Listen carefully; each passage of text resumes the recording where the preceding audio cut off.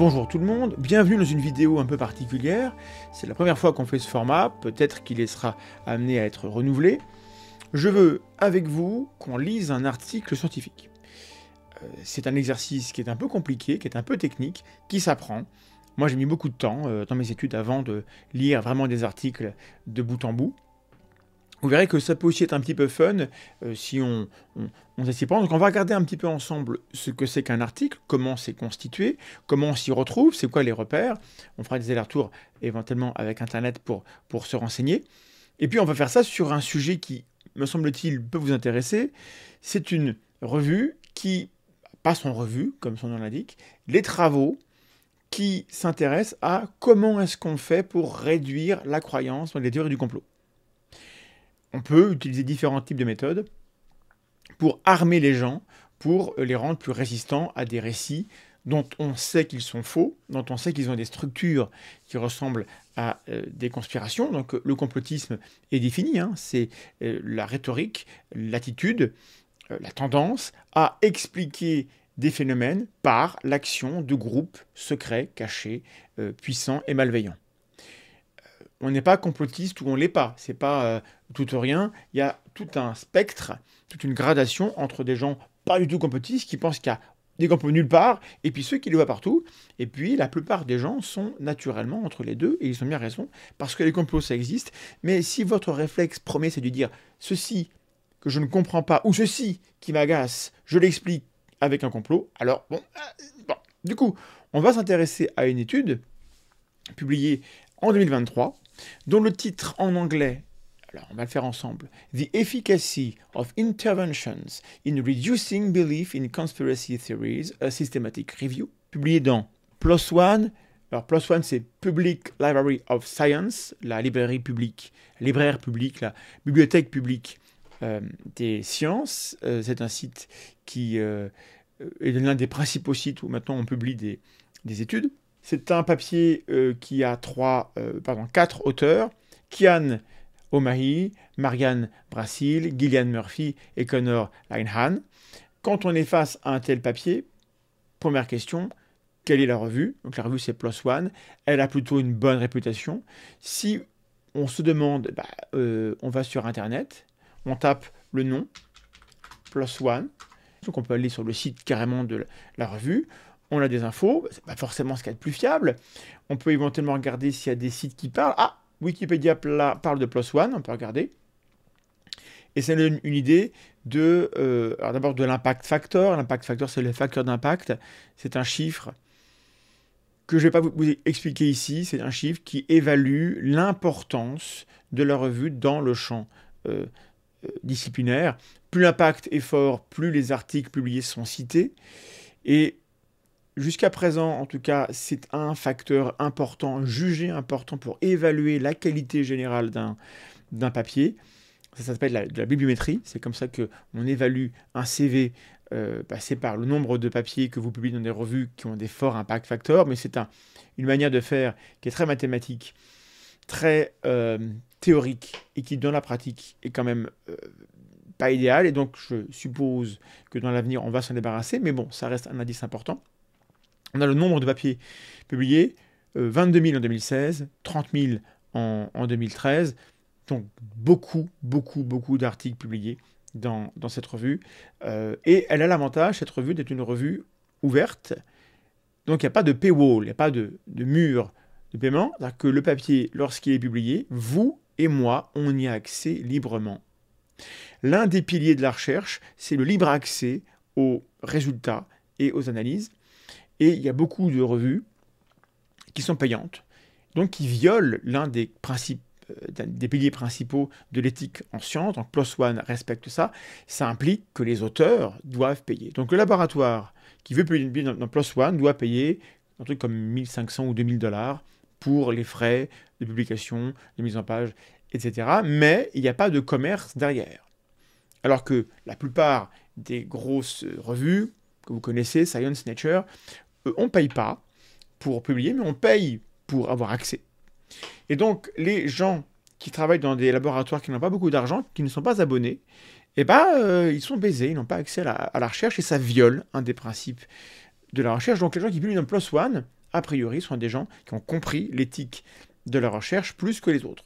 Donc j'ai plutôt confiance. Bon, quand on est là-dessus, alors je vous rassure, on va regarder ça en français. Hein. J'ai traduit, on m'a fourni une traduction, merci beaucoup Julien, qui a utilisé le site DeepL pour traduire l'ensemble du papier.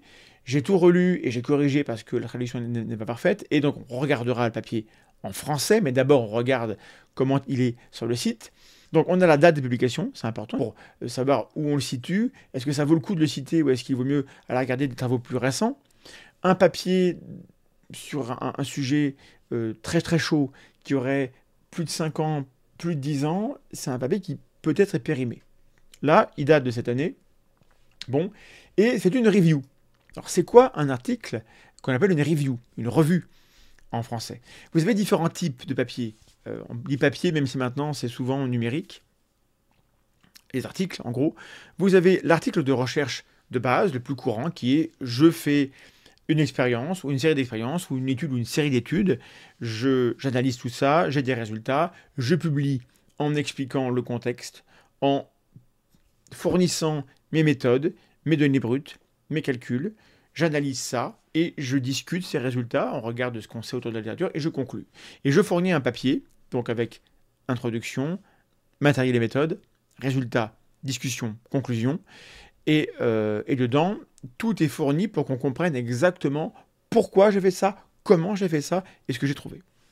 Il y a d'autres papiers qui sont des lettres aux éditeurs, qui sont plus libres, où là c'est plutôt un chercheur qui va émettre un avis sur un papier qui a été fourni, ou un avis sur sa discipline, sur son champ disciplinaire. Vous avez des comptes rendus de conférences, où là ça va être juste un abstract, un résumé d'une prise de parole ou d'un poster. Et vous avez les reviews, comme ça, qui se disent, voilà, je m'intéresse à ce champ de recherche depuis des années, je vous livre les principaux résultats auxquels on est arrivé depuis X années. Et donc, je passe en revue toutes les études et je vous livre ce qu'on sait.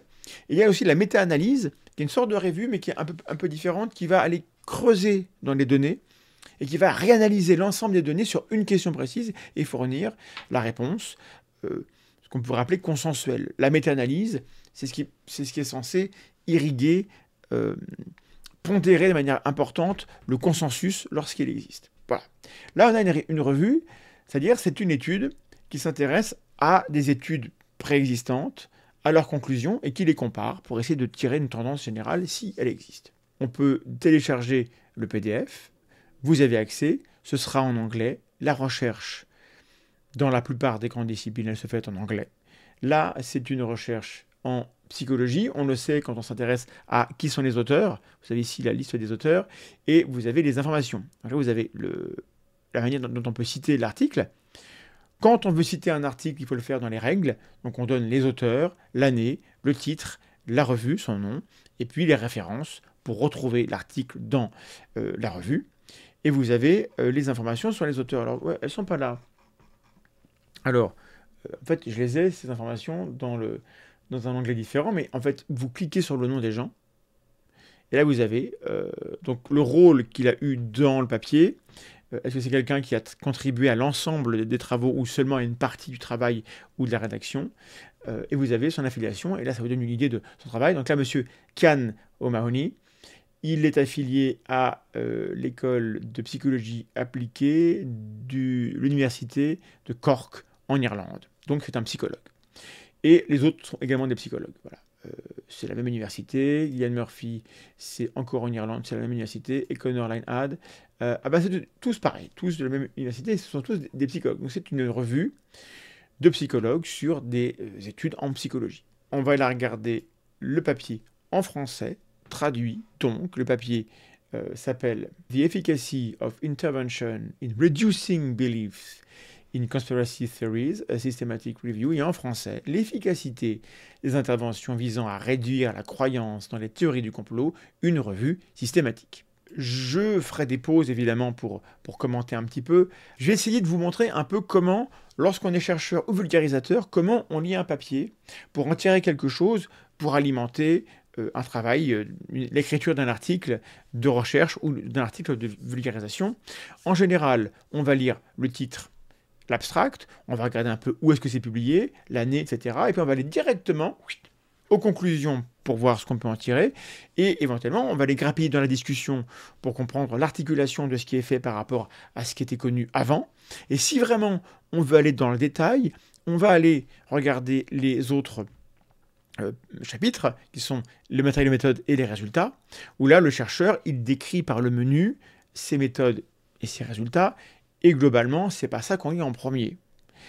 Et donc il y aura dans cette vidéo, on va tout lire, évidemment, mais je vous dirai, le moment venu, qu'il y a une partie que vous pouvez sauter si vous voulez éviter le côté un peu technique. Mais si vous voulez quand même regarder le côté technique, vous avez bien raison, parce que c'est ça qui est le plus technique, le plus compliqué, le plus chiant, qu'on fait le moins, et donc c'est peut-être là-dessus qu'il y a le plus de choses à apprendre sur comment est-ce que c'est rédigé, comment on lit ça. Alors c'est parti. L'efficacité des interventions visant à réduire la croyance dans les théories du complot, une revue systématique. Nous avons les 4 auteurs qui sont nommés ici, on a leur affiliation, on a un astérisque ici qui indique quel est l'auteur qui est l'auteur à contacter. Quand vous voulez des informations sur une étude, vous avez le droit de contacter les auteurs. Et donc on a une adresse qui est ici, sur ce papier-là. Il ne faut pas contacter Marianne, Gillian ou Connor, il faut contacter Kian. Donc c'est lui qui fournit son adresse. Soit c'est lui qui a dirigé l'équipe, soit c'est lui qui a stocké les données dans son laboratoire, dans son ordinateur. Donc c'est lui qui peut répondre aux questions les plus fines sur le papier. Résumé, en anglais abstract. Les croyances conspirationnistes sont devenues un sujet d'intérêt croissant pour les chercheurs en comportement. Bien que les croyances conspirationnistes aient été associées à plusieurs conséquences sociales, personnelles et sanitaires néfastes, peu de recherches ont été consacrées à l'examen systématique des méthodes susceptibles de réduire les croyances conspirationnistes. Nous avons réalisé une revue systématique afin d'identifier et d'évaluer les interventions visant à contrer les croyances conspirationnistes. Sur 25 études, à partir d'un résultat de 7179, c'est le total N donné entre parenthèses, nous avons constaté que si la majorité des interventions étaient inefficaces en termes de changement des croyances conspirationnistes, plusieurs d'entre elles étaient particulièrement efficaces. Les interventions qui favorisent un esprit analytique ou qui enseignent des compétences en matière de pensée critique se sont avérées les plus efficaces pour modifier les croyances en matière de conspiration. Nos conclusions sont importantes pour le développement de futures recherches visant à lutter contre les croyances conspirationnistes. Donc, l'abstract vous livre le message principal.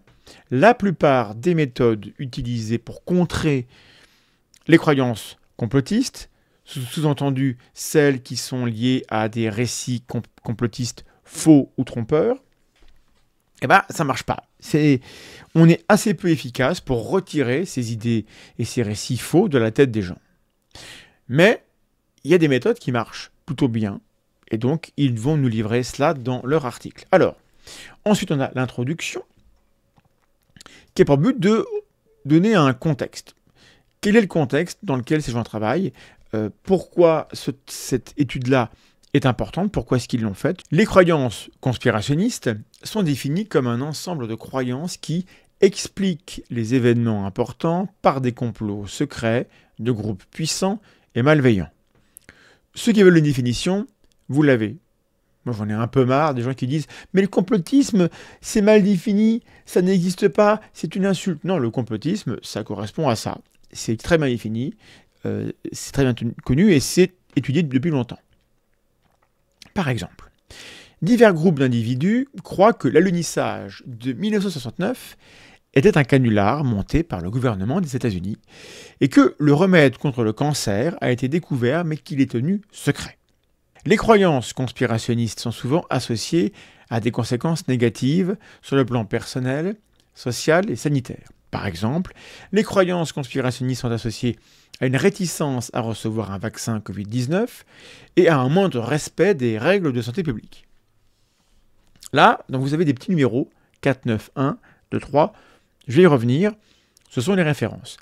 En science, la règle, c'est que toute phrase qui n'est pas trivialement vraie, qui ne fait pas état de choses connues par tout le monde, doit fournir des références où on peut aller fouiller pour trouver des résultats qui montrent ce qu'on est en train de dire. Donc on ira voir tout à l'heure comment sont présentées ces références. On fera ça à la fin de l'introduction. Donc les conséquences des croyances conspirationnistes sont aussi des comportements extrémistes et violents. Étant donné que la plupart de ces recherches ne montrent que des associations entre les croyances conspirationnistes et des résultats négatifs, des recherches supplémentaires sont nécessaires pour tirer des conclusions concernant la causalité. En effet, la corrélation entre les comportements à la con et les prises de risques et les croyances complotistes ne nous disent pas que ce sont les croyances qui sont la cause de ces comportements. Ça pourrait être dans l'autre sens, ça pourrait aussi être des conséquences, tout ça, d'autres choses. Donc, ils ont raison, attention, corrélation n'est pas causalité. Néanmoins, étant donné que les croyances conspirationnistes peuvent avoir des conséquences négatives, tant au niveau personnel que sociétal, il est nécessaire d'intervenir pour réduire la probabilité que les gens s'engagent sans esprit critique dans de telles théories. L'une des principales caractéristiques des théories du complot est qu'elles sont infalsifiables. Plus précisément, toute tentative de démontrer que les affirmations des théories du complot sont fausses pourrait être perçue comme une preuve de dissimulation de la vérité. Et les institutions qui tentent de démystifier les complots sont perçues comme des complices qui tentent de dissimuler ces complots. Moralité, le critère popperien de falsification, il reste valide. Se demander si un énoncé est falsifiable ou non n'est pas une question périmée ou démodée. Ça reste une question fondamentale, centrale, et on la rappelle ici. L'efficacité des contre-arguments sur les croyances conspirationnistes est mitigée. Plusieurs études ont montré que les contre-arguments pouvaient modifier les convictions des participants en matière de conspiration. Cependant, d'autres études ont montré que les contre-arguments n'avaient aucun effet sur les attitudes conspirationnistes. En outre, certaines recherches ont montré que les contre-arguments, dans certaines circonstances particulières, pouvaient paradoxalement renforcer les convictions conspirationnistes. C'est ce qu'on appelle le backfire effect, l'effet boomerang. Ainsi, le simple fait d'argumenter contre les croyances conspirationnistes n'est peut-être pas un moyen suffisant pour les modifier. Intervention conspirationniste. La section suivante présente et définit les différents types d'interventions qui ont été conçues pour influencer les croyances conspirationnistes. Il convient de noter qu'une grande partie des recherches suivantes sur les interventions en matière de conspiration ont été conçues sur la base des preuves accumulées par des études qui se concentrent sur la désinformation et les fausses nouvelles, en plus des croyances conspirationnistes. Ces documents font souvent référence à la désinformation, aux fake news et aux croyances conspirationnistes de manière interchangeable lorsqu'ils citent des preuves à l'appui de l'utilité d'une intervention particulière.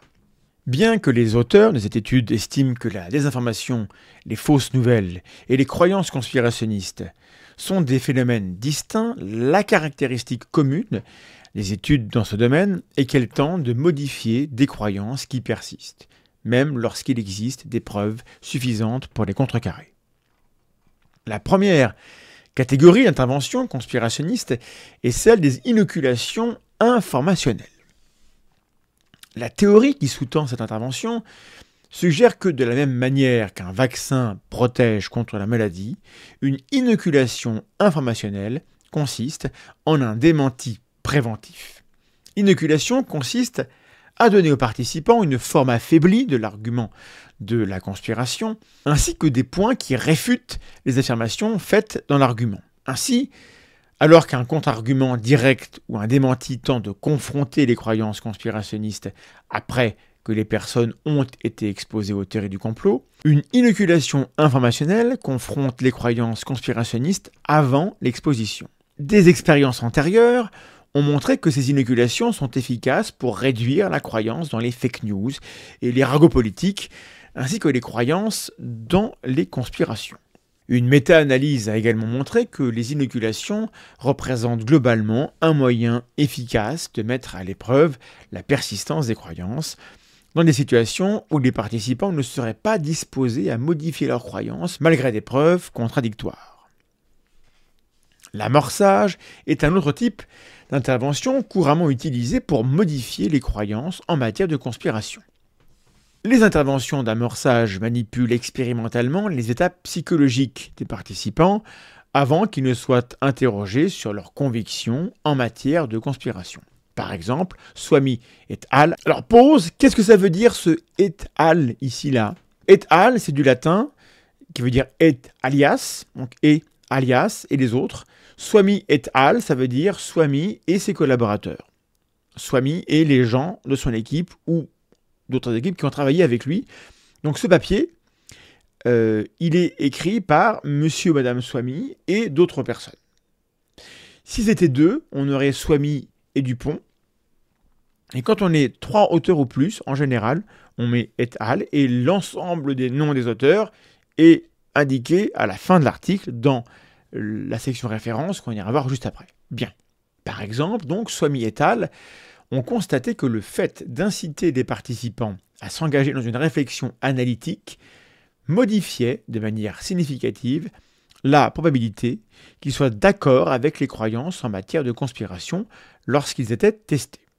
Si les interventions d'amorçage ont des caractéristiques communes, c'est-à-dire qu'elles exposent les participants à une tâche ou un stimulus dans l'intention d'influencer par la suite leurs résultats au test de conspiration, elles constituent un groupe hétérogène.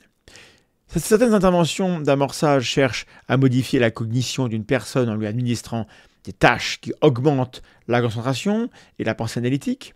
D'autres interventions d'amorçage visent à influencer l'état affectif d'une personne, par exemple en modifiant son sentiment d'ostracisme, d'être mis à l'écart.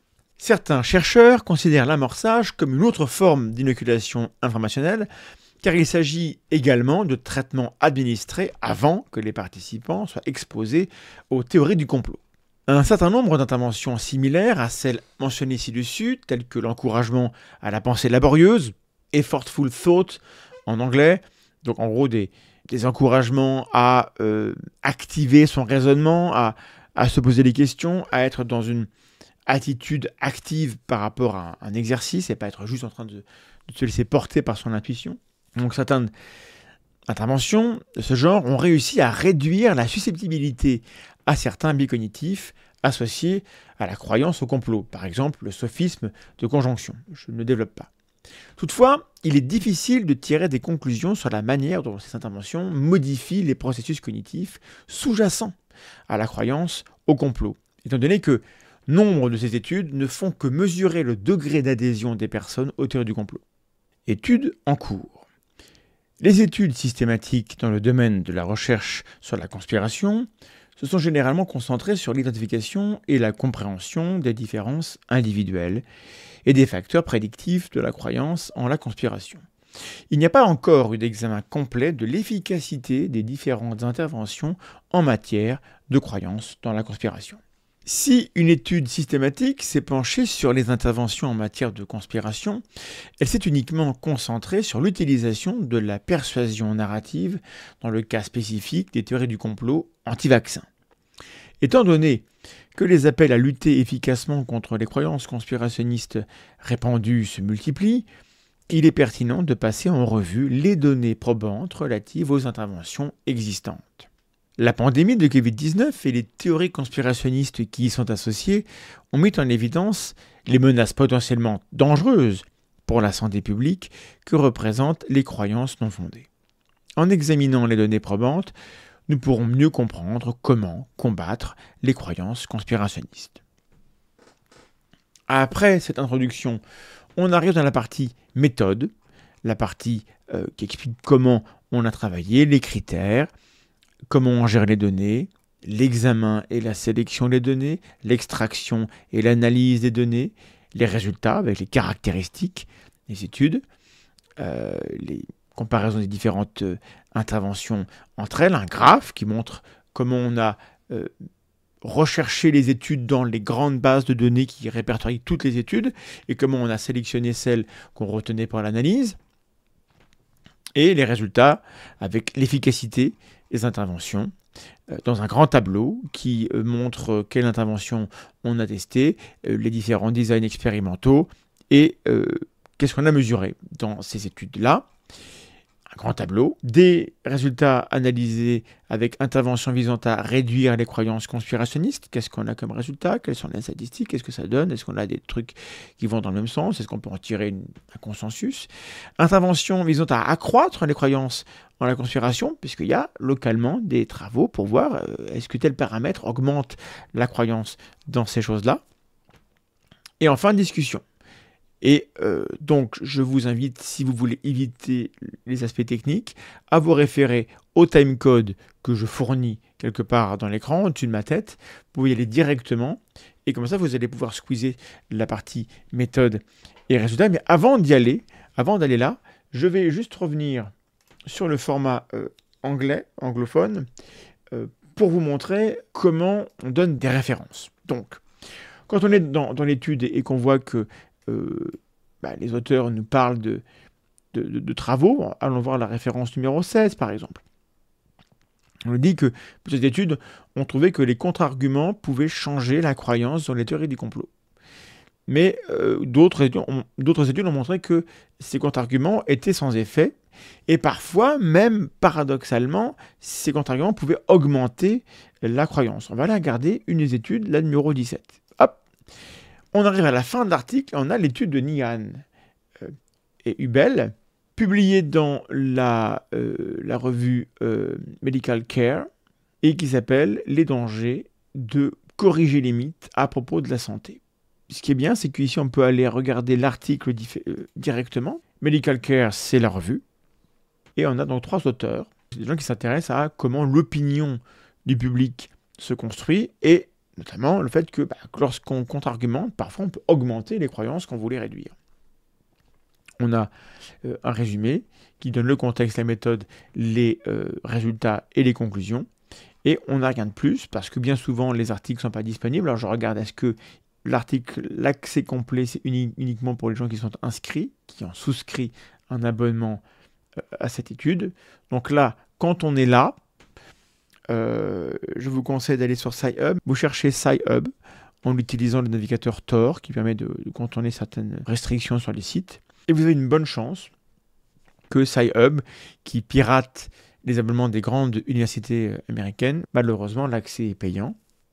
Et vous voyez bien que ça viole l'une des règles de l'éthique de la science, qui est que les résultats et les méthodes et les protocoles doivent être disponibles pour tout le monde. La science a vocation à être partagée. Et donc les moyens actuels de diffusion de la science par les grands éditeurs violent cette règle fondamentale de l'éthique des sciences. Tout le monde le sait.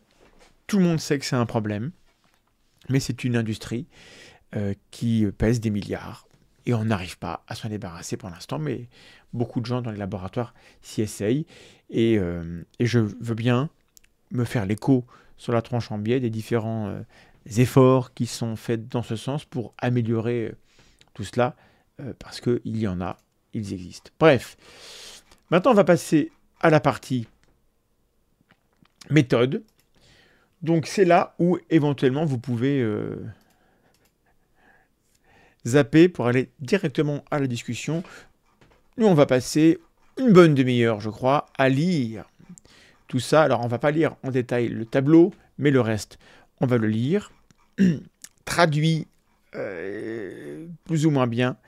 On va faire ça comme il faut. Alors, méthode. Le protocole a été rédigé conformément aux lignes directrices de la déclaration PRISMA. PRISMA est une checklist en 27 points des éléments souhaitables dans une revue systématique. PRISMA, ça veut dire Preferred Reporting Items for Systematic Reviews and Meta-Analysis. Et ça veut dire checklist en 27 points des éléments souhaitables dans une revue systématique ou une méta-analyse. Les auteurs ont préenregistré cette revue sur Prospero. Stratégie de recherche. 3 bases de données électroniques ont été consultées, PubMed, PsycInfo, Scopus. La stratégie, alors ce sont des bases de données qui donnent accès à plein de revues, et avec ça vous couvrez l'ensemble des des papiers. Il y a peut-être des papiers publiés en chinois, en français, en allemand, en hongrois, dans un petit coin, qui ne sont pas répertoriés dans ces bases-là et auxquels les chercheurs n'ont pas eu accès. Mais quand on fait de la recherche sérieuse, on fait en sorte de publier dans des revues qui sont répertoriées dans ces bases de données. Donc avec ça, ils ont théoriquement accès à toute la recherche mondiale de qualité des 10, 20, 30 dernières années sur le sujet. La stratégie de recherche de cette revue s'est appuyée sur 2 catégories de recherche, théorie du complot et réduction-intervention. Les chaînes de recherche, donc les mots-clés qu'on a tapés sur les moteurs de recherche, étaient des combinaisons de conspiracy or unsubstantiated beliefs, donc conspiration ou croyances non étayées, ou encore croyances implausibles, ou affirmations sans substance, ou croyances non fondées, ou truther. Truther, en français, on dirait chercheur de vérité. Voilà, c'est le mot-clé pour les gens qui se définissent eux-mêmes comme des gens qui s'intéressent à la vérité et qui sont en quête, notamment par rapport au 11 septembre. C'est un mot-clé de ça. Et puis, les mots intervention, ou réduction, ou changement, ou altération, ou expérience, ou persuasion. La liste des mots-clés a été déterminée après plusieurs vérifications préalables. Donc, ils ont mouliné comme ça plein de requêtes, de recherches dans leur base de données pour faire ressortir tous les papiers possibles qui étaient potentiellement intéressants. Donc là, ils font vraiment... ils prennent une épuisette et ils ramassent tout. Ils collectent absolument tout ce qui correspond à leurs mots-clés. Afin d'éviter de manquer des articles potentiellement éligibles, aucun filtre n'a été appliqué aux recherches dans la base de données, sujet ou date, pour éviter que le champ d'observation ne devienne trop étroit. Aucune limitation n'a été appliquée aux dates de publication des articles dans la recherche électronique. Les recherches ont été effectuées le 3 juin 2021. Donc évidemment, ils n'ont pas pu collecter des papiers qui dateraient d'après. Je précise quand même. Critères d'éligibilité. Le modèle PICO a été utilisé pour déterminer les critères. Le modèle PICO, qu'est-ce que c'est? PICO, c'est un acronyme pour patient, intervention, comparaison, outcomes. Outcomes, c'est les résultats. Donc ce modèle permet de caractériser un travail, une étude, en fonction des patients, qui est concerné par... Alors, ce sont les études de type clinique qui s'intéressent à des personnes et à des interventions sur des personnes. Donc ça touche à la santé, de manière générale. Donc les patients, la population, quelle intervention, qu'est-ce qu'on fait avec ces patients? La comparaison, à quoi on compare notre intervention? Quels sont les points de comparaison, les placebos, les contrôles ou les choses auxquelles on veut les comparer? Et les résultats, qu'est-ce qu'on veut mesurer comme effet attendu ou pas attendu d'ailleurs? Quels paramètres on va regarder pour mesurer les conséquences de l'intervention qu'on veut évaluer? Patient, intervention, comparaison, résultat. PICO. Le modèle PICO, donc, a été utilisé pour déterminer les critères d'éligibilité de la présente étude. Lors d'un examen préliminaire de la littérature, nous avons constaté que très peu d'articles, je vais mettre un S à ma traduction, avaient été publiés sur le thème des interventions conspirationnistes. En outre, la littérature concernant les croyances conspirationnistes utilise différents termes pour désigner ces croyances, par exemple croyances empiriquement infondées, idéation conspirationniste, etc. Enfin, la conception des études portant sur les interventions en matière de conspiration varie considérablement.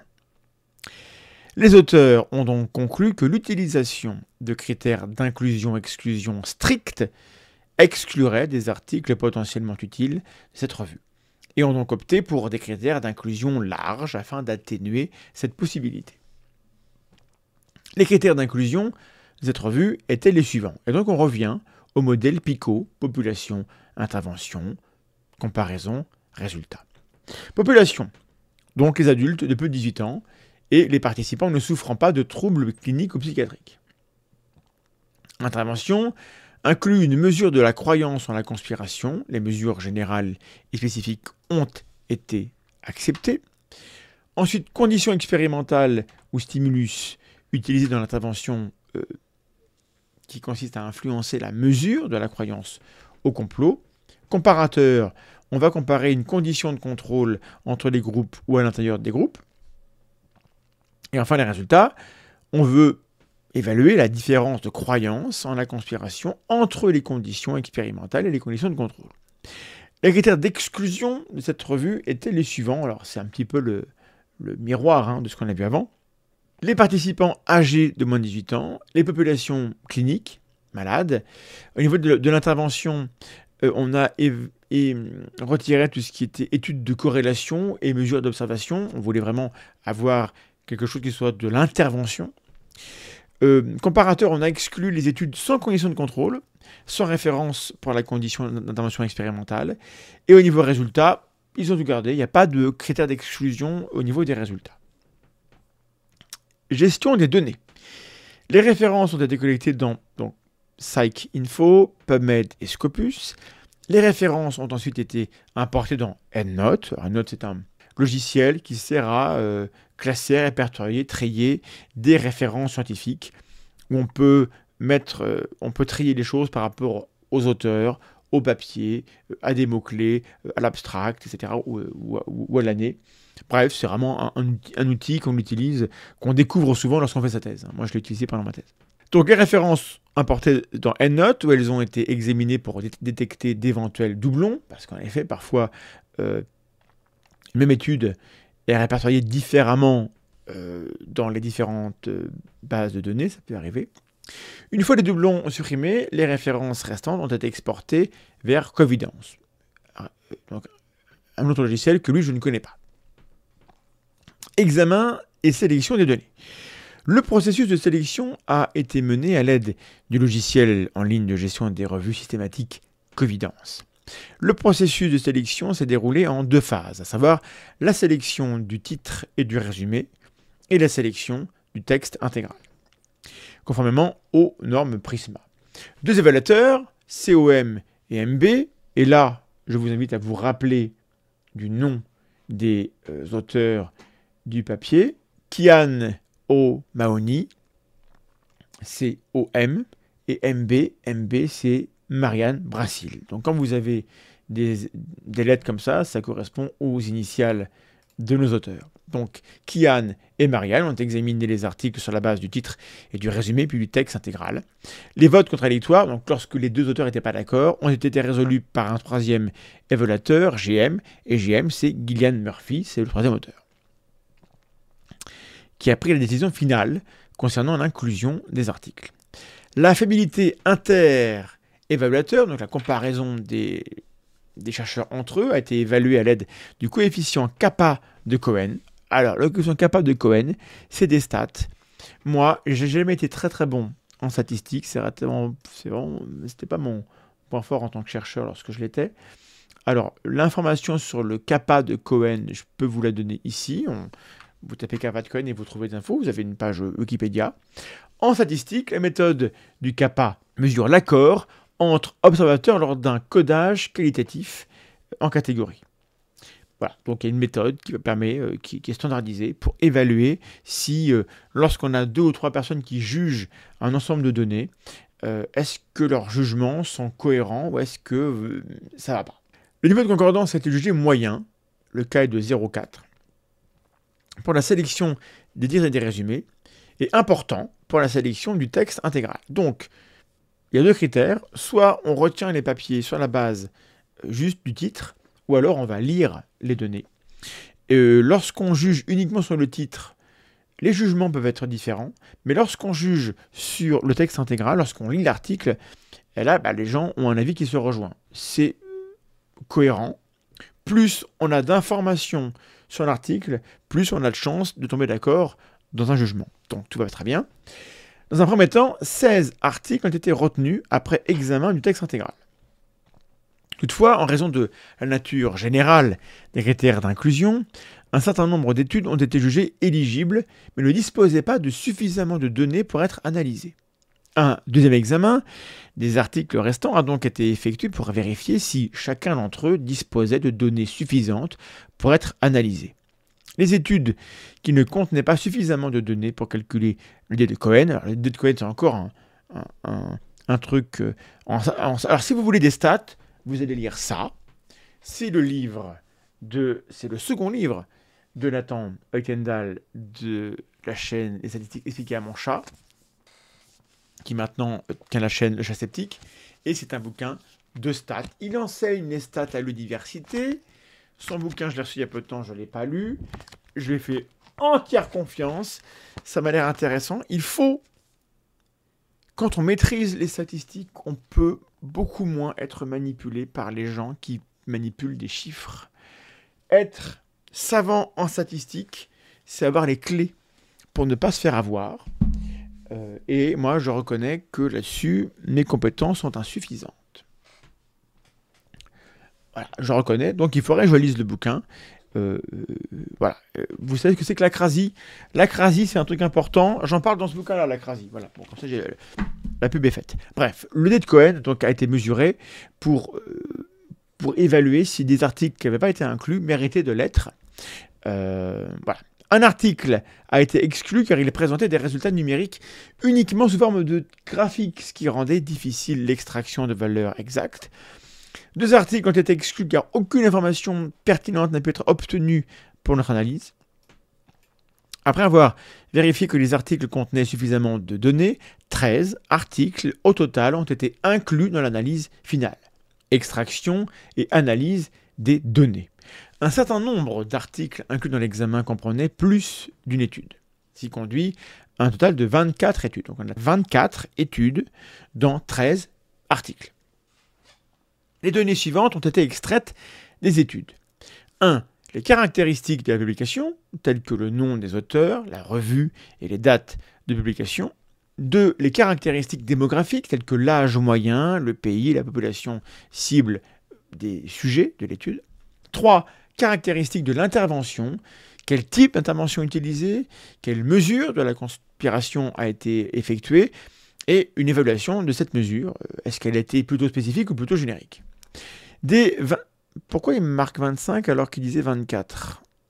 Alors là, vous voyez, typiquement, les humains sont humains. On aura la réponse lorsqu'on ira fouiller les tableaux. Est-ce qu'on aura 24 ou 25 lignes? Est-ce que le nombre 24 ou 25 va revenir? Les papiers contiennent des erreurs. Les chercheurs sont des humains. Les reviewers sont des humains. Donc il est possible que les papiers que vous lisiez contiennent des erreurs. Il faut avoir ça à l'esprit. Bon. Des 25 études incluses dans notre revue, nous avons extrait 48 comparaisons d'intervention au total. La mesure du résultat qui nous intéresse, c'est la taille de l'effet du dé de Cohen. Je ne vais pas entrer dans le détail. Ça, c'est du vocabulaire que les experts du domaine comprennent. Moi, je ne le connais pas. Je ne connais pas ces tests statistiques. Donc évidemment, cette partie, elle est ardue, elle est technique et elle est moins lue parce que seuls les gens qui connaissent très bien les outils sont capables de voir les problèmes. Donc moi, lorsque j'utilise un papier comme celui-ci, je m'attarde rarement sur la partie résultats et méthodes parce que si je voulais pouvoir exploiter cette partie-là, il faudrait que je me forme à ces outils et ça prendrait des semaines et des mois. Et quand on doit faire ça pour chaque discipline, ça prend une vie entière. On n'a pas le temps. Et donc, et là c'est fondamental, je fais un à côté, je fais un commentaire. Quand vous lisez un article, quand vous utilisez un article scientifique, il y a une chose qui est fondamentale, c'est que vous faites confiance à la méthode utilisée pour aboutir à un papier. Vous faites confiance dans le fait que les gens qui ont rédigé l'article n'ont pas inventé leurs données, pas créé tout ça, ce ne sont pas des fraudeurs. Faites confiance dans le fait que les reviewers étaient compétents, que les éditeurs ont bien fait lire ce texte à des gens compétents du domaine. On fait confiance au fait que les gens compétents du domaine n'étaient pas corrompus, qu'ils n'étaient pas bourrés, et qu'ils ont effectivement lu, corrigé, commenté, annoté tout ça, et qu'ils ont donné un avis rigoureux. Il est possible que cette confiance soit mal placée. Il est possible que certaines revues publient des articles qui ont été mal relus, mal critiqués, ou bien qu'il y a eu de la corruption. Mais si vous n'avez pas confiance dans le processus qui aboutit à ce papier, alors ça ne sert à rien de le lire. Si vous n'avez pas confiance, vous devez tout refaire. Si j'ai pas confiance dans ce que disent les chercheurs, je dois refaire tous les calculs de Copernic, de Galilée, de Kepler, de Darwin, de Mendel, de tous les chercheurs, parce que soit j'ai confiance, soit j'ai pas confiance.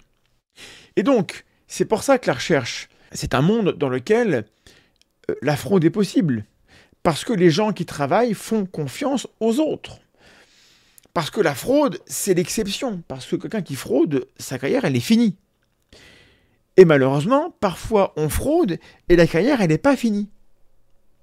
Donc, on a besoin que le monde de la recherche soit extrêmement punitif envers ceux qui fraudent et qu'on ait des outils pour repérer le plagiat, pour repérer la fraude, et ils existent. Et normalement, ils sont appliqués. Les éditeurs ont les outils pour repérer, pour traiter, pour voir si les données ont été trafiquées. C'est pour ça que un travail comme celui de Elisabeth Bik, qui est experte dans la fraude scientifique, est important. C'est pour ça que les revues ou les sites comme PubPeer, qui permettent de signaler quand une revue, un papier est suspect parce que tel graphique paraît être trafiqué ou que telle donnée paraît pas honnête, sont importants pour que les gens émettent leurs doutes, pour que les chercheurs répondent en disant « Ah, vous avez raison, là, il y a une erreur. » Ou en fait, non, vous avez cru ça, mais en fait, ce qu'il fallait comprendre, c'était ça différemment. Mais la confiance, c'est l'ingrédient principal. Et ce qui est marrant, c'est que, du coup, l'article parle de conspiration, et le complotisme est caractérisé par une absence totale de confiance dans les processus mainstream, les processus institutionnels, et en revanche par une confiance un peu trop forte dans les récits alternatifs. Donc évidemment, si vous êtes complotiste, vous aurez tendance à ne pas avoir confiance dans le processus utilisé par les chercheurs. Auquel cas, formez-vous. Si vous êtes complotiste et que vous pensez que ces gens sont des charlots, vous avez le pouvoir de le montrer en devenant compétent, en montrant en quoi les jeux de données ne seraient pas fiables, seraient biaisés pour X raisons. Et vous pouvez alerter les outils, les sites, les revues qui ont vocation à détecter la fraude, et vous pouvez vous payer le chercheur qui aurait menti sur ses résultats. C'est hyper important. Personne n'est compétent pour évaluer totalement tous les articles qui sortent. Ça n'existe pas. On ne peut le faire que dans un champ assez étroit. En revanche, quand on est vraiment expert du domaine, on lit ça parce qu'on veut savoir comment les collègues ont travaillé. Et si jamais il y a une erreur, on va la relever et on va le signaler.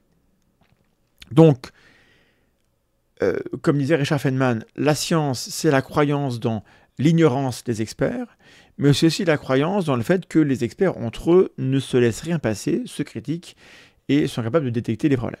Alors, du coup, on a ce dé de Cohen que je ne connais pas, qui est un outil statistique, qui est un vrai outil. Je fais confiance dans le fait que ces gens ont choisi le bon outil statistique pour évaluer les effets des interventions.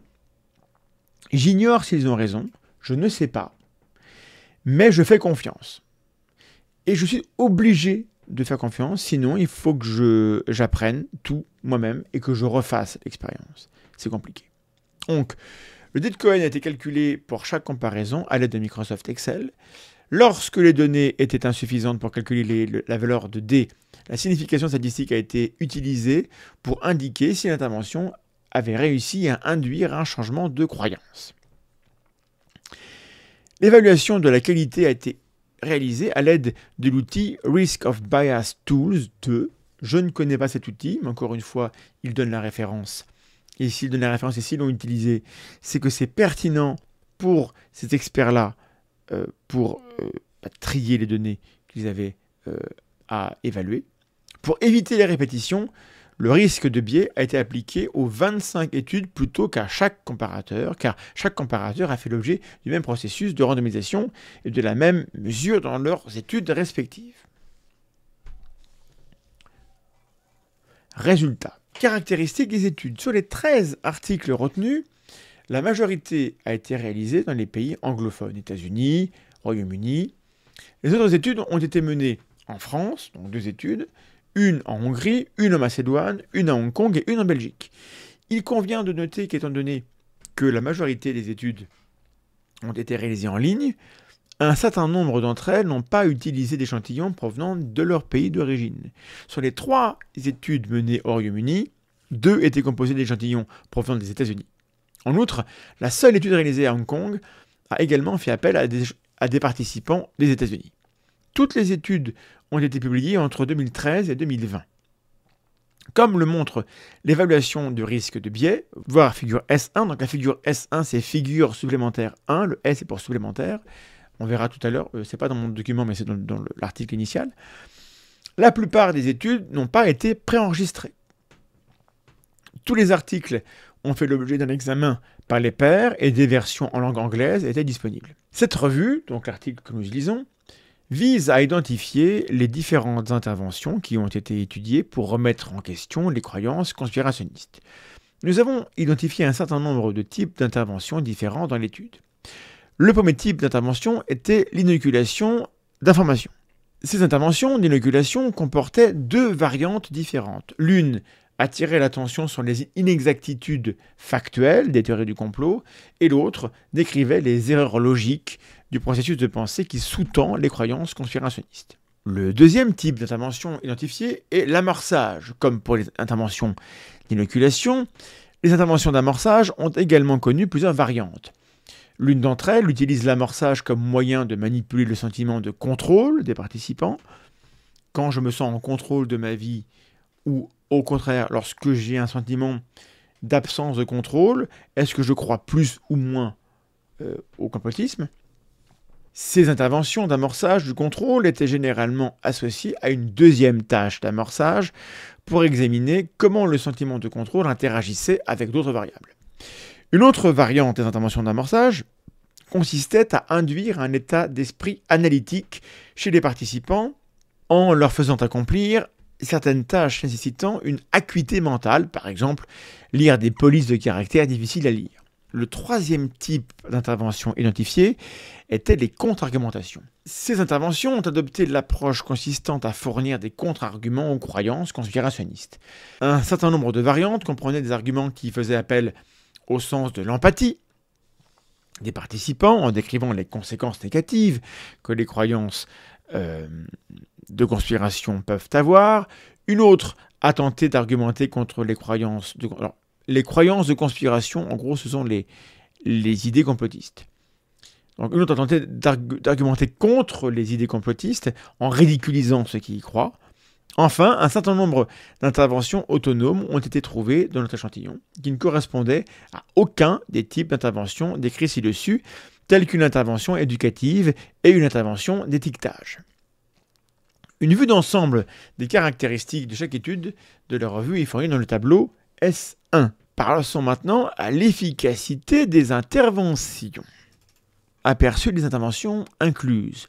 Le tableau 1 donne un aperçu complet des 48 comparaisons analysées dans le cadre de cette étude, ainsi que de leur taille d'effet et de leur valeur P. P, la p-value, c'est le test statistique pour évaluer si le résultat qu'on a est explicable par le hasard ou pas.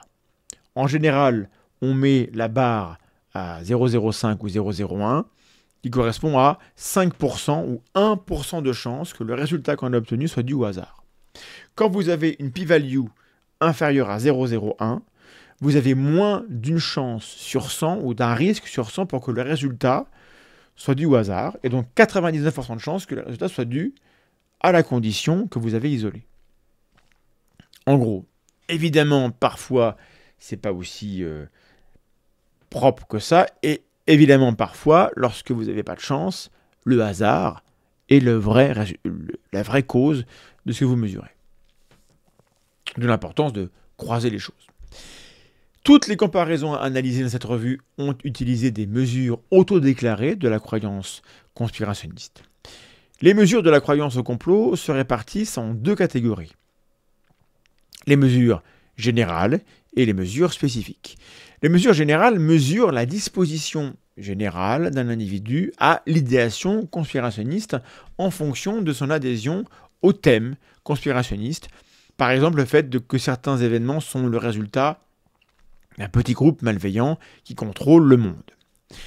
Des mesures spécifiques évaluent la mesure dans laquelle les personnes adhèrent à des théories conspirationnistes spécifiques, telles que la théorie du complot suggérant que les attentats du 11 septembre ont été orchestrés par le gouvernement américain.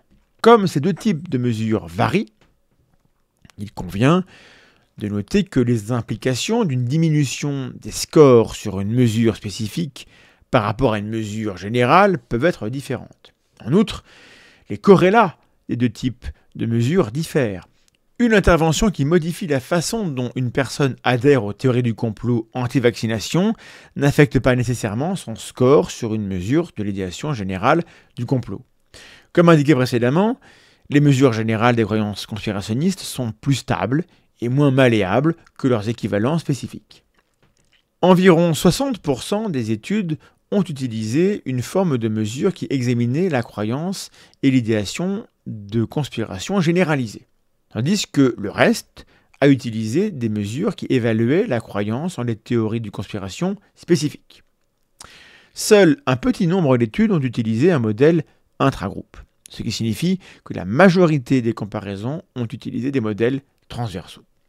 Dans l'ensemble, 21 interventions, soit 40%, ont réussi à modifier les croyances en matière de conspiration par rapport aux interventions de contrôle, de base ou des groupes neutres. Cependant, seul un petit nombre de ces interventions a démontré des tailles d'effets importantes. 3 études. En outre, des effets moyens n'ont été constatés que pour une poignée d'entre elles. 2. Les autres études n'ont eu que des effets faibles ou très faibles. Et là, on a le tableau 1 qui répertorie tout cela.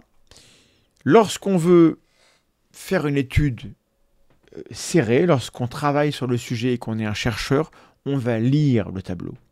On va regarder les choses, on va traquer des patterns, des trucs qui ne seraient pas développés par les auteurs. Parfois, on a des infos ici qui ne sont pas utilisées et qui sont intéressantes lorsqu'on fait de la recherche. Vous comme moi, on n'est pas expert, donc le tableau, on va le squeezer, on va se fier à la pertinence, à la sagacité des auteurs qui, eux, vont analyser pour nous ces résultats et nous dire ce qu'il est important d'en retenir et d'en comprendre.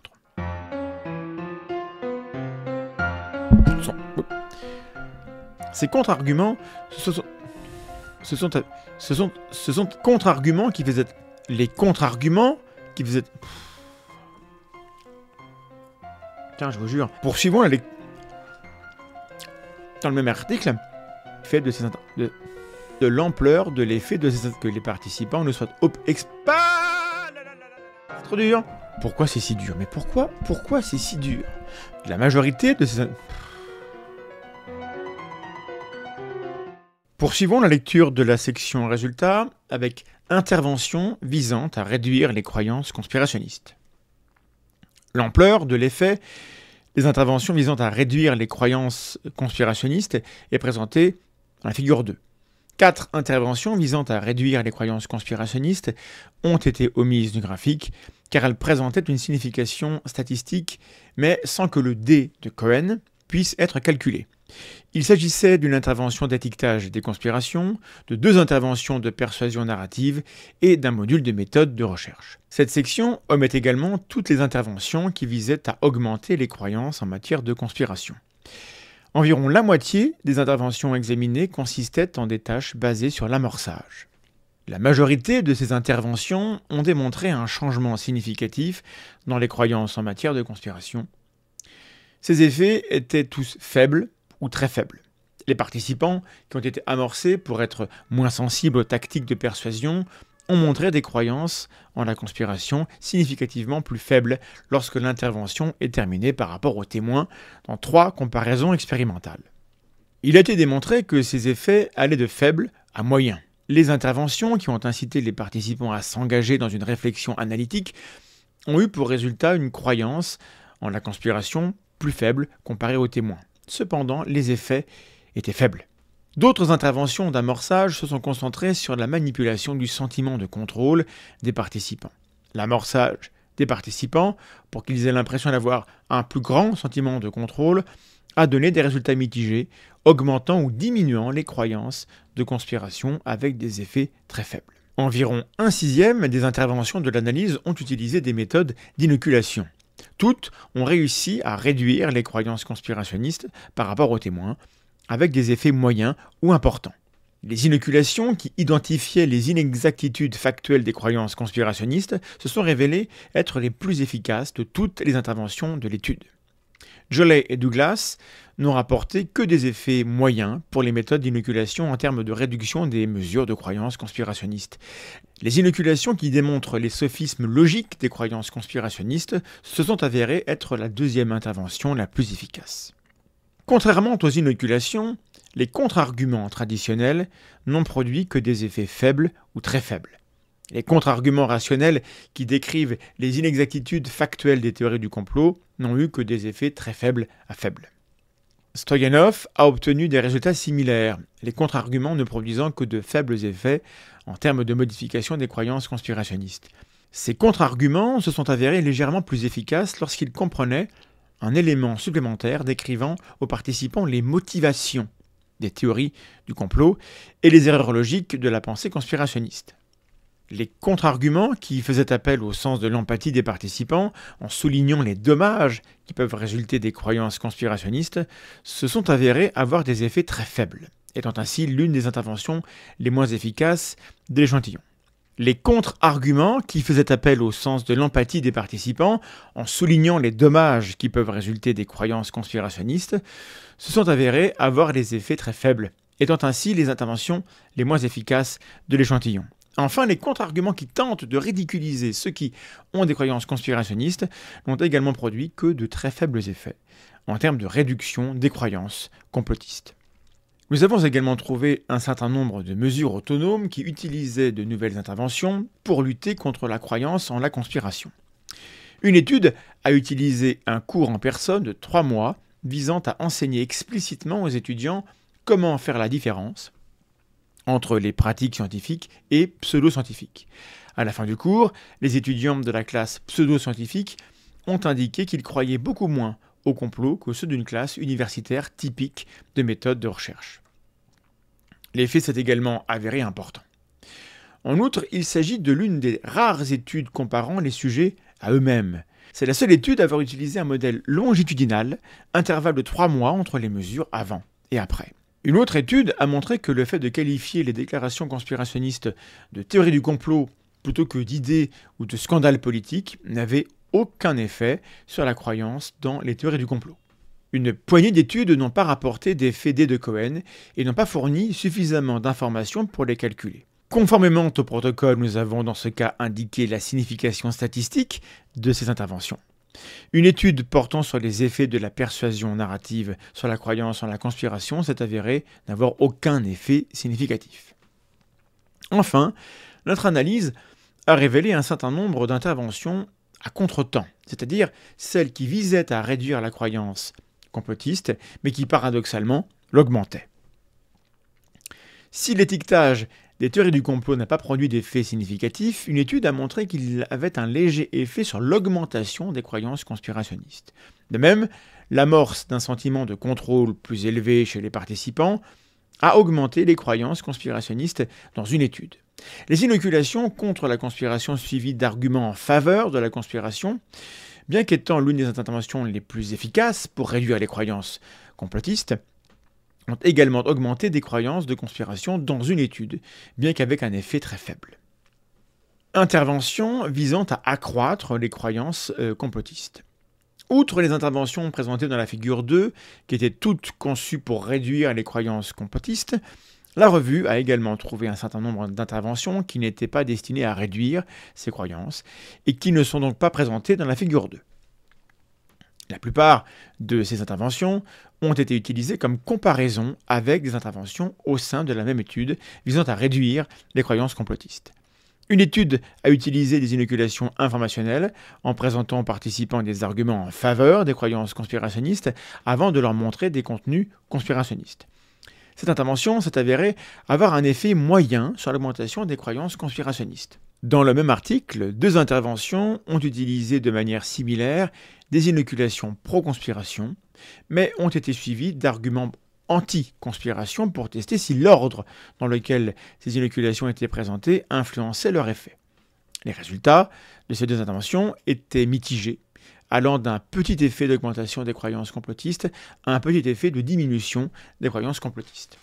Dans une autre étude, les participants ont été amenés à ressentir des niveaux plus faibles de contrôle dans l'intention d'augmenter les croyances complotistes. 2 interventions d'amorçage à faible niveau de contrôle ont eu des effets faibles à très faibles sur l'augmentation des croyances complotistes. Cependant, les 2 autres interventions d'amorçage à faible contrôle ont eu des effets faibles à très faibles sur la diminution des croyances complotistes. Enfin, une étude a testé les effets des méta-inoculations, où les chercheurs ont expliqué aux participants ce qu'étaient les inoculations, dans le but de déterminer si les effets initiaux des inoculations informationnelles pouvaient être annulés. Les méta-inoculations étaient une forme d'inoculation qui s'est avérée raisonnablement efficace pour modifier les croyances en la conspiration, avec des effets moyens, et ont donc pu modérément annuler les effets des inoculations anti-conspiration. Une autre étude a montré que lorsque les participants étaient amorcés à se sentir ostracisés, ils étaient plus susceptibles d'avoir des croyances conspirationnistes. Les participants à l'expérience de l'ostracisme étaient plus enclins à croire à la conspiration que les groupes contrôle. Cependant, il a également été rapporté que lorsque les participants placés dans la condition d'ostracisme étaient invités à penser à des valeurs importantes pour eux, cela annulait de manière significative les effets de l'amorçage de l'ostracisme. L'étude n'a pas fait état de l'ampleur de l'effet de ces interventions. Et il est temps de passer à la discussion. Revenez, bienvenue à tous ceux qui ont voulu squeezer la partie technique de la description laborieuse des méthodes et des résultats. Maintenant, on va passer à la discussion, à la partie où les chercheurs interprètent, évaluent, pèsent, pondèrent leurs travaux, leurs découvertes, à l'aune de ce que la littérature peut fournir par ailleurs. Donc, discussion. L'objectif de cette revue était d'évaluer la manière dont les chercheurs développent actuellement des interventions visant à réduire la susceptibilité aux croyances conspirationnistes. Nous avons constaté que seule la moitié des interventions examinées ont induit un changement dans le degré d'accord des participants avec la déclaration complotiste. En outre, seule une poignée d'interventions a produit des effets moyens ou importants. Ces résultats suggèrent que la plupart des interventions existantes sont inefficaces en termes de changement des croyances complotistes. Ce résultat est conforme à des recherches antérieures qui suggèrent que la pensée conspirationniste peut être sous-tendue par des susceptibilités inhérente et peut ne pas être facilement réfutée par des contre-arguments standards. Les quelques interventions réussies de notre échantillon présentaient un certain nombre de caractéristiques communes. La majorité de ces interventions consistaient en des traitements administrés avant que les participants ne soient exposés aux déclarations complotistes. La première catégorie était constituée d'inoculations informatives, dont font partie les 2 interventions ayant les plus grandes tailles d'effets observées. Ces résultats suggèrent que les interventions les plus efficaces en matière de conspiration sont celles qui ont lieu avant que les participants ne soient exposés à des croyances conspirationnistes. La réfutation préventive des inexactitudes des croyances conspirationnistes a été beaucoup plus efficace que les contre-arguments traditionnels donnés après que les participants ont été confrontés aux théories complotistes. En comparaison, les contre-arguments n'ont produit que de très faibles effets, tandis que les stratégies d'inoculation ont eu des effets moyens ou importants. Cependant, l'un des pièges des interventions basées sur l'inoculation est que leur capacité à réduire les croyances conspirationnistes a été facilement contrecarrée. Les effets de l'inoculation ont été jugés négligeables chez les participants qui ont été avertis des interventions d'inoculation et qui ont été informés que l'on tenterait de modifier leurs croyances en matière de conspiration. Ces avertissements ont été appelés méta-inoculations. Il suffisait d'avertir les participants à l'avance pour rendre ces interventions inutiles. En somme, les stratégies d'inoculation peuvent être utilisées pour contrecarrer leurs propres effets. Les effets de ces méta-inoculations ont été jugés moyens. La deuxième catégorie d'interventions réussies est celle des interventions d'amorçage, en particulier celles qui tentent d'inculquer des compétences de pensée critique aux participants. Swamy et collaborateurs ont constaté qu'en demandant aux participants d'évaluer des textes dans des polices de caractères difficiles à déchiffrer, ils étaient plus enclins à s'engager dans une réflexion analytique. D'autres recherches ont montré que les participants qui ont été initiés à se sentir plus en contrôle avaient moins de croyances complotistes que le groupe de base. Des recherches récentes ont également montré que les participants qui avaient été initiés à une plus grande résistance à la persuasion étaient moins sensibles aux croyances conspirationnistes que les participants du groupe contrôle. Ces résultats sont dignes d'intérêt si l'on considère les recherches récentes sur la manière dont les gens s'engagent dans les théories du complot. Des recherches antérieures ont indiqué que les croyances conspirationnistes sont le produit d'une réflexion intuitive et émotionnelle et que la délibération et l'analyse ciblée sont associées à une moindre susceptibilité aux croyances conspirationnistes. Ainsi, j'ai souligné le fait d'encourager la pensée critique et analytique chez les participants par le biais de l'amorçage pourrait les motiver à dépasser les évaluations superficielles et à examiner le contenu des croyances conspirationnistes. Bonne nouvelle. Bien que la possibilité d'amorcer les membres du public à s'engager de manière plus critique dans les croyances conspirationnistes soit prometteuse, la faisabilité d'une telle intervention d'amorçage en dehors d'un environnement de laboratoire contrôlé doit encore être vérifiée. Il n'a pas encore été démontré qu'une seule séance d'amorçage suffirait à favoriser l'évaluation critique des théories du complot. Il convient également de noter que toutes les interventions d'amorçage analytique incluses dans cette revue proviennent d'une étude de 4 articles. Des recherches plus indépendantes pourraient être nécessaires pour reproduire les résultats de cette intervention. En outre, les contrôles de manipulation utilisés lors de ces interventions présentent certains inconvénients. La sensibilité des participants à l'illusion de Moïse a été utilisée comme contrôle de manipulation pour évaluer si la lecture de police difficile à lire suscitait un traitement analytique. Cependant, des recherches antérieures n'ont pas permis de déterminer si la lecture d'une police difficile avait un effet significatif sur la sensibilité à l'illusion de Moïse. Parenthèse, c'est quoi l'illusion de Moïse? C'est une illusion sémantique qui consiste à, je vous la fais courte, à demander à des gens combien d'animaux de chaque espèce Moïse a-t-il embarqué dans son arche et à voir ce que les gens répondent. Évidemment, la bonne réponse n'est pas 2, puisque Moïse n'est pas la personne qui s'est occupée de l'arche, c'est Noé. Donc on a le mot Moïse qui peut ressembler de loin à Noé, qui est un mot issu du contexte biblique, inséré dans une phrase qui a un contexte biblique, et on mesure si les gens répondent spontanément ou sont capables de freiner leurs inférences et de se rendre compte que la question n'a pas de sens, en fait. Je referme cette parenthèse. L'une des interventions ayant rapporté des effets moyens importants était différente des autres. Elle utilisait un module universitaire pour enseigner aux étudiants la différence entre les bonnes pratiques scientifiques et la pseudoscience. Après avoir suivi le module, les étudiants ont approuvé beaucoup moins de théories conspirationnistes.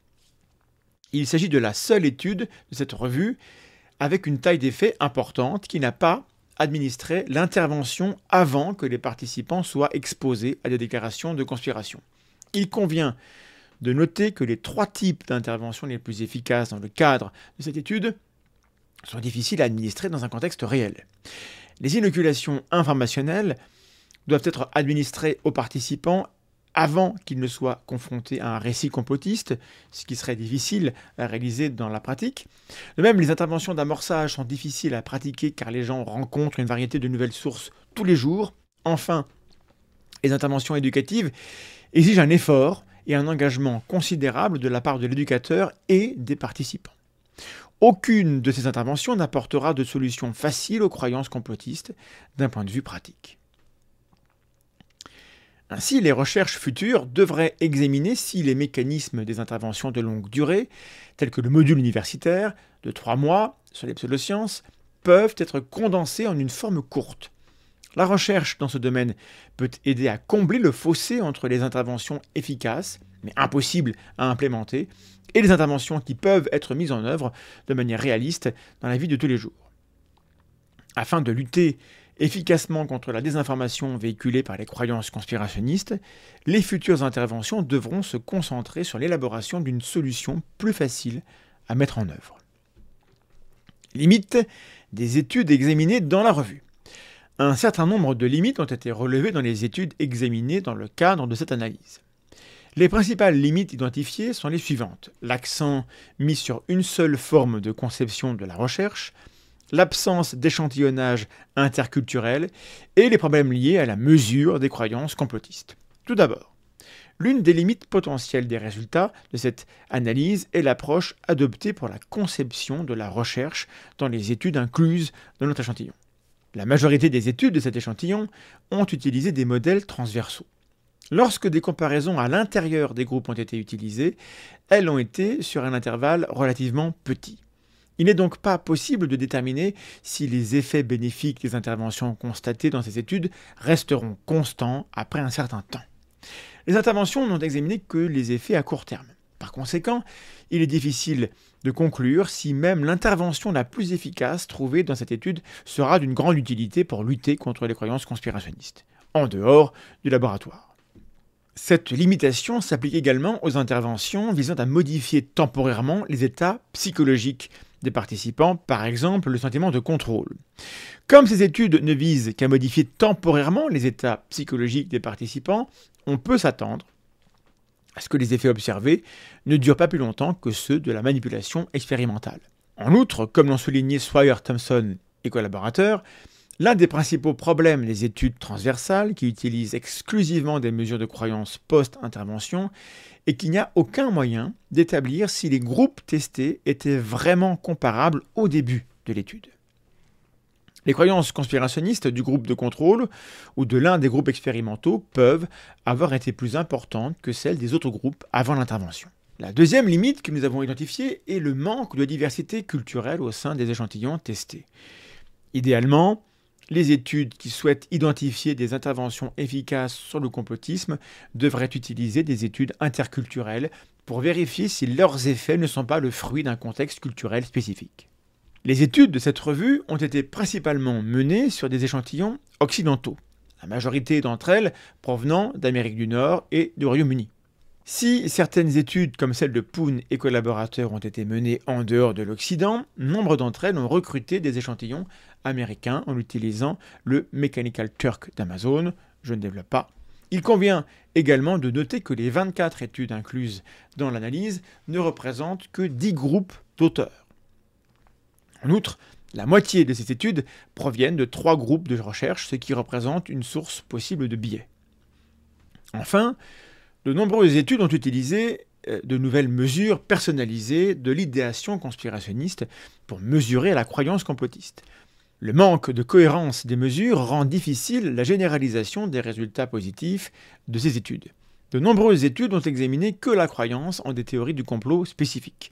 Ces résultats peuvent être difficiles à généraliser car une intervention qui réussit à modifier des croyances conspirationnistes anti-vaccins peut ne pas être particulièrement efficace lorsqu'elle est utilisée pour lutter contre les croyances conspirationnistes liées au 11 septembre.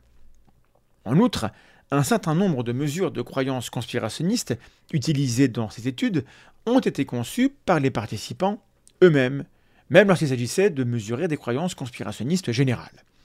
Enfin, l'utilisation exclusive de mesures de croyances conspirationnistes ne permet pas de tirer des conclusions sur la manière dont ces interventions affectent le processus cognitif sous-jacent aux croyances complotistes. Il serait souhaitable que les études futures se concentrent sur l'utilisation plus cohérente de mesures valides et fiables de la croyance dans la conspiration. Limite de l'examen systématique actuel. L'examen systématique lui-même a également présenté certaines limites possibles. Le résultat d'intérêt pour cette revue était la taille de l'effet D de Cohen, ce qui signifie que cette revue s'est concentrée principalement sur des comparaisons par paires. Si cette méthode a permis d'assurer la cohérence des comparaisons entre les interventions, elle a également présenté certains inconvénients. Par exemple, un certain nombre d'études ont examiné des variables supplémentaires susceptibles d'avoir influencé les changements induits par les interventions. Cependant, comme cette étude s'est concentrée sur les comparaisons par paires, certains de ces détails n'ont pas été examinés. Implications pour la recherche, la pratique, la conception. Cet examen a permis d'identifier un certain nombre d'orientations pour la recherche future. Premièrement, nous recommandons que les études futures sur les interventions relatives aux croyances conspirationnistes se concentre sur l'utilisation de modèles longitudinaux. Il est important de comprendre les effets de ces interventions au-delà des changements immédiats pour déterminer leur efficacité à remettre en question les croyances conspirationnistes. Deuxièmement, nous recommandons que les études futures soient menées auprès de populations non occidentales en mettant davantage l'accent sur l'échantillonnage interculturel. Les croyances conspirationnistes peuvent souvent être spécifiques au contexte culturel. C'est pourquoi nous recommandons d'étendre la recherche au-delà des échantillons britanniques et américains. En ce qui concerne les implications pratiques de la remise en question des croyances conspirationnistes, nous recommandons aux personnes désireuses de réduire les fausses informations diffusées par la théorie du complot de prendre les mesures suivantes. Voilà un peu de pratique, des conseils pratiques donnés par les chercheurs qui ont fait l'étude. 1. Éviter de faire appel aux émotions et à l'affect. Les interventions qui manipulent l'état émotionnel des participants ou qui font appel au sentiment d'empathie n'ont eu que peu d'effet sur la modification des croyances en matière de conspiration. Parenthèse, ça ne veut pas dire qu'il ne faut pas tenir compte des émotions des gens. Ça ne veut pas dire qu'il faut les malmener et dire au revoir à la bienveillance. Ça veut juste dire que si on renonce à l'argumentation pour faire dans le bon sentiment, ça ne marche pas. Mais brutaliser les gens n'est pas ce qui est conseillé dans cette étude. Je ferme la parenthèse. 2. Les contre-arguments ne sont pas efficaces. Les contre-arguments contre des croyances conspirationnistes spécifiques qui sont données après que les participants ont été exposés à une théorie du complot ne sont pas particulièrement efficaces. 3. La prévention est le meilleur remède. Les interventions fournissant des contre-arguments aux théories du complot ont été plus efficaces lorsque le contre-argument était présenté avant que les participants ne soient exposés aux théories du complot particulières sur lesquelles l'étude s'est concentrée. Les résultats suggèrent qu'il est plus difficile de remettre en question les croyances conspirationnistes une fois que les participants ont commencé à y croire. C'est pas une surprise. Si les participants ont appris pourquoi certaines théories du complot ne sont pas plausibles avant d'être exposés à des médias conspirationnistes, ils résisteront beaucoup mieux aux croyances conspirationnistes. Moralité, le travail de la zététique qui consiste à expliquer la mécanique à l'œuvre dans la pensée complotiste, à expliquer quelles en sont les erreurs, les biais, les pièges, c'est plutôt efficace a priori d'après cette étude.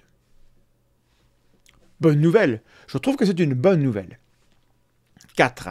Un esprit analytique et des compétences en matière de pensée critique sont les moyens les plus efficaces pour remettre en question les croyances conspirationnistes. Les participants qui ont été amenés à adopter un état d'esprit analytique étaient moins susceptibles d'avoir des croyances conspirationnistes que les témoins. En outre, lorsque les interventions ne se contentaient pas de placer des participants dans un état d'esprit analytique, mais leur apprenaient explicitement à évaluer les croyances conspirationnistes à l'aide de compétences spécifiques en matière de pensée critique, ils étaient beaucoup moins susceptibles d'avoir des croyances conspirationnistes. Je laisse l'information circuler. Nous avons ici, en conclusion d'une revue, la conclusion arrive, mais je vous fais déjà mon analyse personnelle, on a ici une explication qui dit que faire un appel au bon sentiment, dire aux gens c'est mal d'être complotiste, contre-argumenter point par point, c'est-à-dire débunker, faire la course à l'argumentaire, outre qu'on a une asymétrie de Brandolini, qu'on a une fatigue, que c'est compliqué, en plus, ça n'est pas très efficace, parce que ça n'est pas proactif. En revanche, amener les gens à utiliser eux-mêmes des outils de la pensée critique, à s'armer individuellement, à être autonomes, c'est ce qui est proposé, c'est ce qui est mis en avant par les auteurs de cette étude, de cette revue. C'est ce qui est le plus efficace. J'aimerais donc que les personnes qui critiquent le travail qu'on fait en zététique, et ils ont bien le droit de le faire, et même c'est important, il faut critiquer ce qu'on fait en zététique. J'aimerais que les gens qui pensent que le travail de la promotion de la pensée critique tel qu'on la pratique n'est pas efficace, nous expliquent ce qu'on devrait faire mieux, puisque quand moi je consulte la littérature, La littérature m'explique que ce que nous faisons, c'est ce qu'il faut faire. Conclusion. En conclusion, cette étude visait à déterminer l'efficacité des interventions actuelles pour modifier les croyances conspirationnistes. Nous avons constaté que, dans l'ensemble, la majorité des interventions actuelles sur le complotisme sont inefficaces en termes de changement de croyances. Malgré cela, nous avons identifié plusieurs interventions prometteuses qu'il pourrait être utile de poursuivre dans le cadre d'études futures. Nous proposons de mettre l'accent sur les interventions basées sur l'inoculation et la pensée critique, ce qui permettra d'obtenir de meilleurs résultats. Les résultats sont plus prometteurs pour la recherche future, bien que des efforts supplémentaires soient nécessaires pour réduire la charge de travail des participants et mettre plus facilement en œuvre ces interventions dans le monde réel. Voilà. Et finalement, j'ajoute une autre conclusion personnelle, la question de rendre tout cela moins laborieux pour les gens, pour que les participants n'aient pas un travail constant à faire, ça consisterait à enrichir la culture de la pensée critique, c'est-à-dire à ce que la culture commune, partagée par tous, soit davantage colorée de pensée critique. Si on apprend, comme on apprend la politesse, on apprend une sorte de politesse argumentative, à distinguer les bons et les mauvais arguments, et à être sanctionné socialement, pas méchamment, mais être repris socialement lorsqu'on argumente mal, à avoir une prime sociale dès qu'on fait un petit effort de pensée critique et qu'on l'explique, qu'on l'argumente et qu'on l'articule. En gros, si on fluidifie tout ça, si on rend tout ça socialement souhaitable, désirable et plus facile, alors on aura individuellement moins d'efforts à produire. Et c'est exactement l'effort réalisé par la zététique et les groupes, les communautés, les gens qui font œuvre de promotion de la pensée critique. Voilà, nous sommes arrivés au bout, c'est possible de lire un article de recherche. C'est laborieux, ça demande du temps, des efforts, mais on peut arriver au bout. J'insiste sur un point fondamental, c'est que cette étude, elle est toute récente, elle mesure l'efficacité des choses qu'on tente de faire dans notre travail. Donc évidemment que la bonne vulgarisation et la bonne pratique de la zététique sur les réseaux sociaux, elle doit se faire en lien avec ce que les chercheurs disent sur ce qu'il faut faire et ne pas faire dans ce domaine. Donc, je me suis reporté à cette étude, et si cette étude avait conclu des choses différentes, si elle avait conclu que le travail qu'on fait sur la chaîne était inefficace ou contre-productif, je l'aurais quand même lu, et ça aurait même été plus important que je la lise, pour qu'on constate tous ensemble que le travail qu'on fait depuis des années, nous et d'autres, n'est pas le travail qu'on devrait faire. J'insiste encore une fois, ce n'est pas parce que l'article donne raison en grande partie à la démarche qui est la nôtre et à la manière dont on le fait, que je l'ai lu. Je l'ai lu parce que c'est important qu'on vérifie. Il aurait été super important de vous lire cet article si la conclusion avait été l'inverse. Alors moi, je suis un peu rassuré personnellement de ne pas avoir fait fausse route, que les études me confirment que oui, en effet, il faut faire ça. Visiblement, l'outil du débunkage et l'outil du ridicule sont inefficaces si la chose qu'on veut mesurer, c'est le changement de croyance des gens qui adhèrent aux théories du complot. Et ça, c'est important d'avoir à l'esprit. Et dans la mesure où on le pratique aussi, je m'attends à avoir des commentaires qui disent « Voyez, il faut arrêter le débunkage, il faut arrêter le ridicule ». Mais j'ai une réponse à cela, qui est que, et j'en parle dans ce livre abondamment, le débunkage et le ridicule ne sont pas des outils destinés à déconvertir les gens. Outre le travail qui consiste à aider les gens à se défaire de leurs croyances fausses, conspirationnistes, pseudo-scientifiques ou tout ce que vous voulez, il y a aussi un travail très important qui est que les gens qui vont acheter ce livre, les gens qui sont abonnés à la chaîne ou qui regardent, ne sont pas des gens qui sont des tenants croyants des théories exotiques et farfelues. En majorité, vous êtes des gens déjà intéressés par les sciences, déjà intéressés par l'esprit critique, déjà plutôt non-croyants, quelle que soit la chose dont on parle, plutôt incrédules. Et donc, vous ne venez pas regarder ces contenus pour changer d'avis, mais pour y trouver des arguments, des éléments de langage, des éléments de méthode, qui vous aident, vous, à argumenter sur des théories qui sont vraies, que vous croyez déjà. Le débunkage, il est regardé en majorité par des gens qui ne croient pas à la chose débunkée. Donc, il ne faut pas demander aux gens qui y croient de venir regarder, c'est pas fait pour eux. Le débunkage, il est fait d'abord pour les gens qui sont dans notre communauté, qui sont des non-croyants, et qui veulent trouver des arguments pour vérifier que ce qu'ils croient est vrai ou si c'est faux, pour avoir des nuances, pour se débarrasser des mauvais arguments, et pour pouvoir, dans les discussions, dans la vie de tous les jours, avoir les bonnes références. Évidemment, ça ressemble beaucoup à ce qui se passe du côté des croyants, où eux aussi construisent des contenus pour fournir aux tenants croyants les arguments qui leur permettent de continuer d'y croire. Donc ne confondons pas le travail du débunkage, qui consiste à parler d'abord à la communauté des gens qui pensent un peu comme nous, et le travail de promotion de la pensée critique, des outils qu'il a à vocation, en effet, à être diffusé à tout le monde, et notamment envers ceux qui ont des idées qui ne sont pas les nôtres.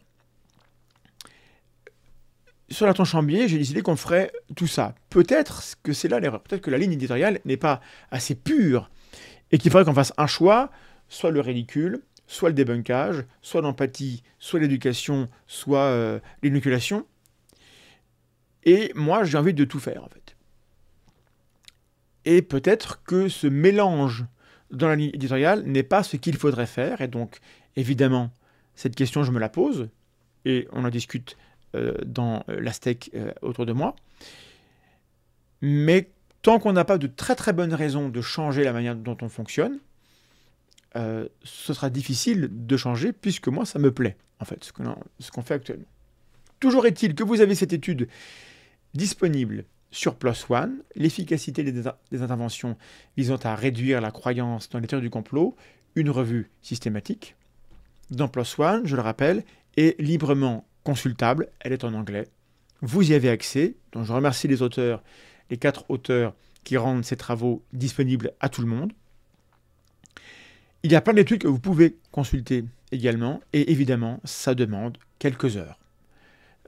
D'avoir quelques heures pour lire les articles et naviguer un peu sur Internet pour se renseigner sur les différentes choses.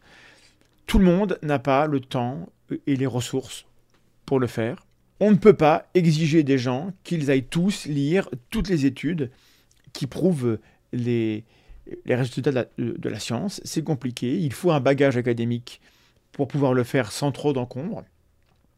En revanche, ce que nous pouvons faire, c'est demander aux gens qui n'ont pas lu ces études d'éviter d'être trop sûrs d'eux-mêmes, d'éviter de se faire le relais d'informations qu'ils n'ont pas vérifiées, d'être un peu plus dans le doute méthodique, dans la retenue, dans la suspension du jugement.